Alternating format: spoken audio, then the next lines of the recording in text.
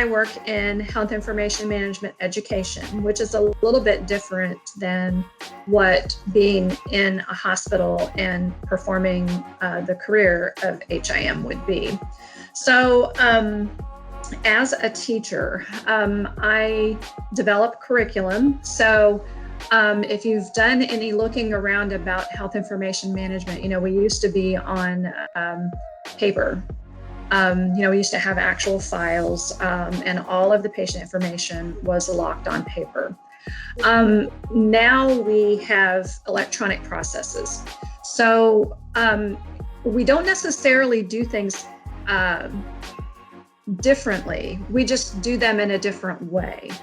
So moving all of that to electronic has caused, of course, HIM education to have a lot of changes. So creating curriculum, training people for this career as it's changing is very demanding. So curriculum takes up quite a bit of my time. And when I say curriculum, I mean choosing textbooks, and as the textbooks are updated, then you have to incorporate the information so that it's correct in your classroom according to the textbook. And the assignments also change. The requirements of our accrediting body, so we have a separate accreditation for our program through www.cahim.org. And we have to meet their curricular requirements for a baccalaureate program. And those have changed. Let's see, we had new curriculum in 2011 and again in 2014. And now we're moving to new curriculum that was passed in 2018 that has to be implemented by next fall. So that is very demanding to keep up with all of that. In the normal course of a day, sometimes I answer anywhere from, on a light day, I might answer 10 student questions to upwards of 20 or 25. It just depends on where I'm at in my curriculum with my students.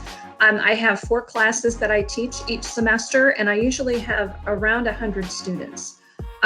So that keeps me pretty busy too. I also do a lot of reading to keep up to date with what's going on in HIM. We have a great professional organization, American Health Information Management Association, and they publish a journal every month. And there are all kinds of cutting edge types of technologies that they talk about there, innovations, ways to do things, best practices. They've also published toolkits for different divisions of HIM. So I do a lot of reading about all of those things. And healthcare is changing tremendously as well. I mean, with COVID, that's just a whole nother area. So I also do advising. So every semester I have about 6 weeks where students start contacting me to be able to talk about their schedules and what will be available to them in the next semester. And I really enjoy that because I get to learn about the students and what's going on in their lives. And many of them are already working in the field. So I really, that's really the best time is when I get to connect with them on a personal level like that and help them through their HIM journey. I also do a lot of networking and volunteering. So we have a professional organization, MOHIMA, and it is also, you can find AHIMA online at www.ahima.org, and you can find MOHIMA at www.mohima.org. And I'm very involved, especially with the state organization. I am their advocacy director. So, for example, in the spring, we are coordinating what we call a Hill Day, where we're not sure if we're going to go there in person or not because of COVID, but we'll either go to Jefferson City in person and talk to our state legislators about health information management, or we will do some virtual meetings with them. That is to elevate and advocate for the career and the processes at hospitals that happen because of health information management. I'm also working currently on a project that maybe you and I can talk about later on in the call about high school students, and maybe if we can get some of our baccalaureate students to work with high school students to get, again, some elevation of the career so that people out in the public actually know what it is that we do. That is one thing that we find challenging because we aren't like other clinical careers in the hospital, like nurses and physicians. Many people don't know what health information is, or what the workers that carry that out do, or what do they mean, what does that role mean to a patient that's currently undergoing treatment at a hospital. So we'd like to be able to talk to more people about what it is that we do so that we can recruit more students to come into health information management to keep our profession strong. And so that is what I do on a daily basis for the university. Of course, I do grading and I take care of all the administrative things with the HIM programs, such as helping to secure practicum sites for our students. There's just a myriad of things. I serve on university committees. Then that's my role as an HIM education professional. So if I was an HIM professional currently working in practice in a hospital, I would be overseeing the divisions of HIM. So when I say divisions, there are specific areas of HIM. So one is release of information. So every patient that comes in, if they have to have their record released for whatever purpose, those always go through our release of information professionals. If they are for purposes other than treatment, payment, and operations, they have to have an authorization from the patient. And so those release of information individuals, they are the ones that look over those authorizations to make sure that everything is in place for that particular patient's record to be released to whoever they've asked. Sometimes that can be an insurance company, sometimes that can be a lawyer. We also get subpoena requests from the court. So like if someone is attacked by a perpetrator and that perpetrator ends up going to court and the state is going to try them for this crime that they've done against this other person, well, the court will request those medical records of that person who was harmed so that in the course of business we can prove that these injuries actually occurred. And so the HIM professional is the person who actually represents the record that is presented in court. So release of information is one, and release of information is governed by the HIPAA law. If you've heard of HIPAA, that is one of the laws that regulates what happens with health information wherever it is created. The patient has rights over that record, and that right is granted by HIPAA. So the release of information, individuals have a great understanding of the HIPAA law, and they usually have some support through, say, an attorney who represents the hospital as well. So if they encounter something they've never seen before, or if they have questions, they have someone like an attorney who they can ask. So medical coding is another job that is done in a health information management department. And so when a patient comes in and they have treatment and services provided, we have to, in HIM, provide an accounting, if you will, of those services. And those services are coded with what's called CPT, or current procedural terminology, or ICD-10 and PCS. ICD-10 is a diagnosis index, and ICD-10-CM is a diagnosis index, and ICD-10 PCS codifies procedures. So when an insurance company is billed from a hospital, they go by those codes that are represented on the patient's bill. that tells what diagnosis the patient had, and then any procedures that were done for the patient. The CPT codes are more for the physician services. So every time that your physician admits you, or the times that they see you when you're in the hospital, those are billed through CPT codes or service codes. So that's a very important part of what HIM does. And medical coding there is a lot of growth in that field right now, and very exciting, and changes are coming. I mean, we have ICD-11, which is coming up probably within the next 10 to 15 years. So that'll be another sort of great frontier for HIM, if you will. So then there's also transcription and scanning. And medical transcription isn't done as often today as it was in years past, because again, we're doing more things electronically through the computer rather than a transcriptionist transcribing the dictation of a doctor. So it used to be the doctor would talk and speak about the treatment that a patient was provided, and the transcriptionist would make a record of that. And it would be printed and put in the patient record. Well, now the physicians are using a lot of Dragon, which is a speech recognition software. They also do a lot of direct entry through the keyboard.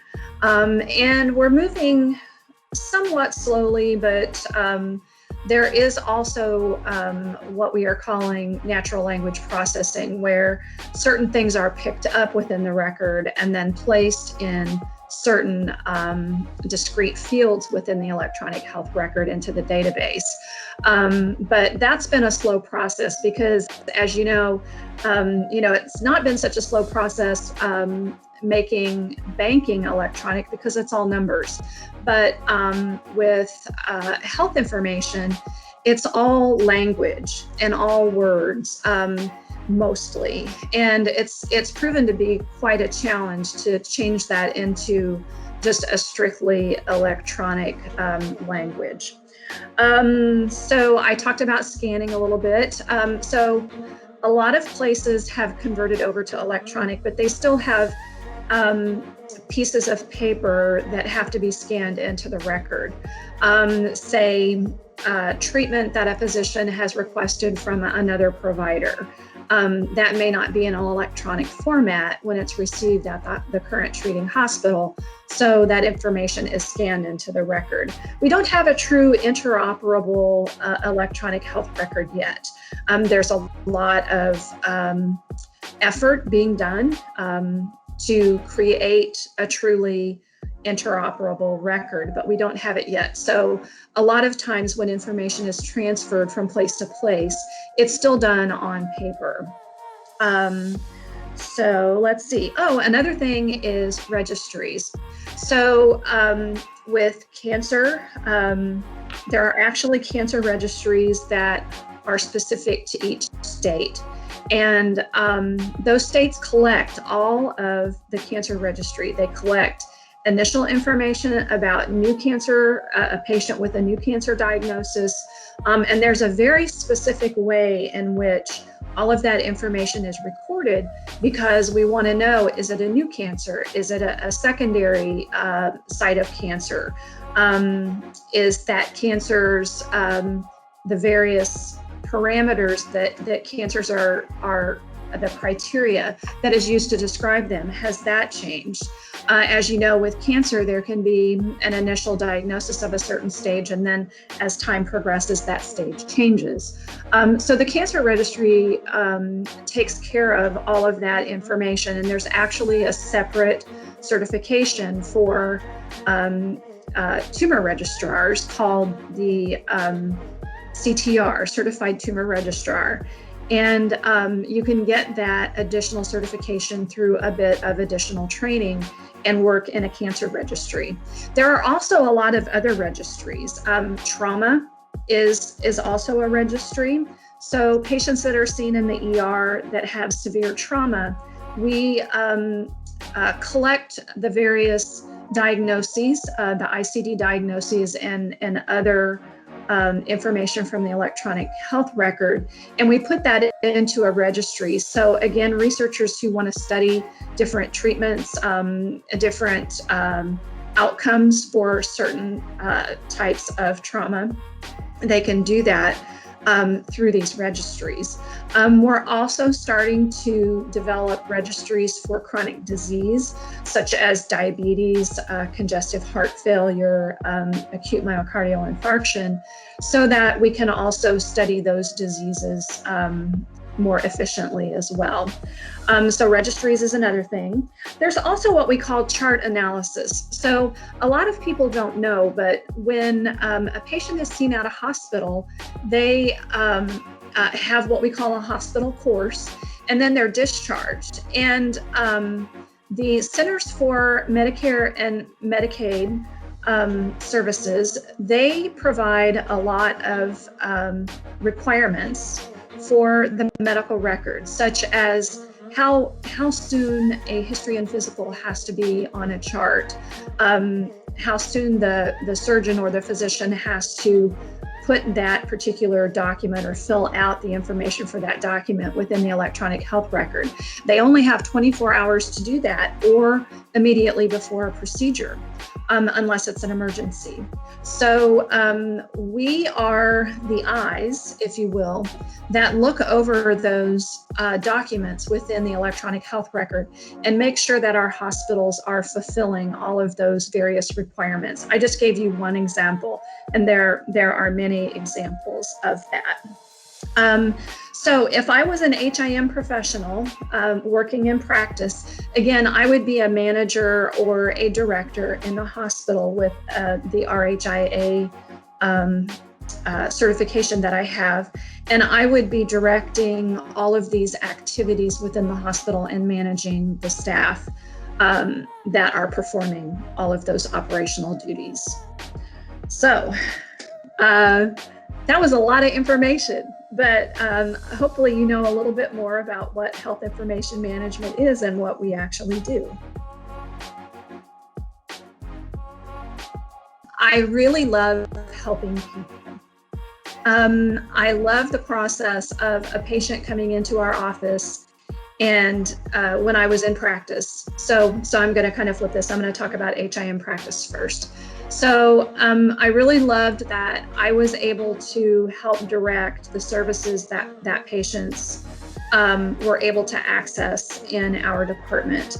And that we gave them the absolute best, when they needed a record, that we provided it as soon as we could. And when the physicians came to us and said, I'm seeing a patient in the emergency room and I need a record from, California, or, that we were that person there that was going to help make that happen for that physician so that he could provide the best care to the patient in our hospital. And I really loved that when I worked in HIM, I worked in a community hospital. It was a smaller community, about 25,000 people. And I really loved that I was able to help that hospital be successful in its mission to provide excellent health care for my family, friends, and neighbors. I also like the part of, we don't often think about laws from the point of view of, say, all of us think about it when we're driving a car so that we don't speed and we don't break a law, but we also don't think about how many laws actually protect us as citizens. And I really loved that I was able to help our hospital meet all of the regulations and laws and requirements that are in place in order to help our society be safe and functioning. So that's another thing that I really love. As an HIM educator, you can tell how excited I am about being an HIM educator. I really love the process of helping people to transform their lives and have a career, to have financial wherewithal, to be able to support their families, to be able to participate in an important function of their society. I really love that. I love helping everyone I've had the pleasure of helping a student who's legally blind be able to become a medical coder. I have had a person who was in our baccalaureate program who was caring for someone who was on hospice in her family. And the process of helping that student has been one of the most meaningful things that I have ever done. That person is currently working in HIM in a profession. Just things like that. I've had the pleasure also of a student who has Asperger's syndrome and came into the program and said to me, am I going to be able to do this as a job? I've been a clerk for a while. I really love it. I really think I can.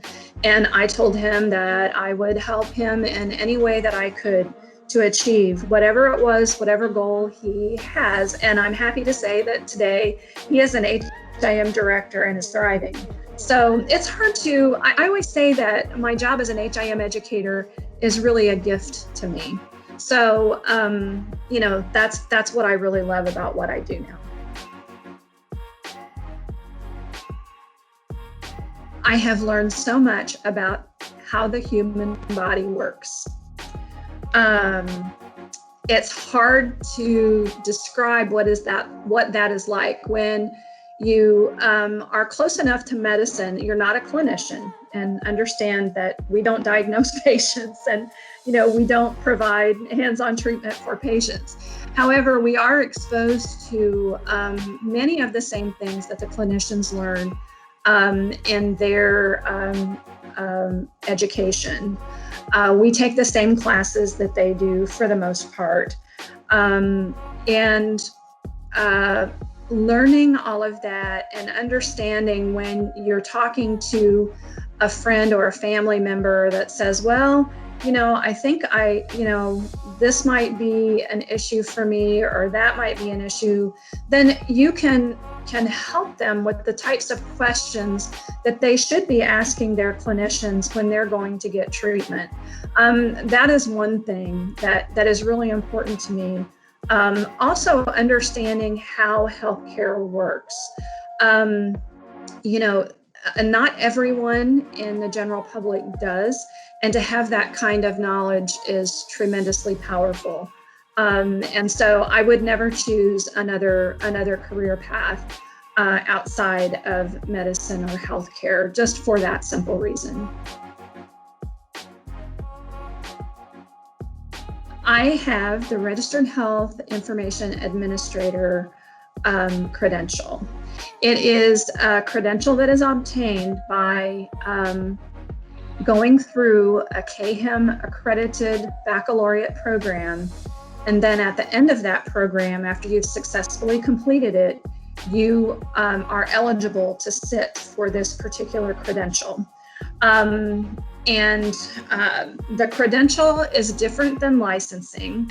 So like a nurse is licensed through a state, and each individual state has their own licensing board for, say, a nurse. And some of those states have what's called reciprocal licenses. So if you're licensed in Missouri, there are several states that you can move to and you don't have to take any kind of an exam. Your license follows you due to those reciprocal agreements. With a Registered Health Information Administrator credential, that credential goes with you anywhere. You don't have to apply for any kind of reciprocal because it's not a state license. It is a national credential. There are many states who have a requirement that every hospital in their state has to have an RHIA or the associate level RHIT credential on staff. So in many states, it is a required credential. So that is the credential that I hold. I tested in 2012. I was an early tester, so you can test before you actually graduate. I tested in the summertime in August, and I didn't graduate from St. Scholastica until December that year. But I was able to go ahead and test, and I passed on my first try, which I was very happy about. And then I was able to use my credential after I was granted my diploma from St. Scholastica.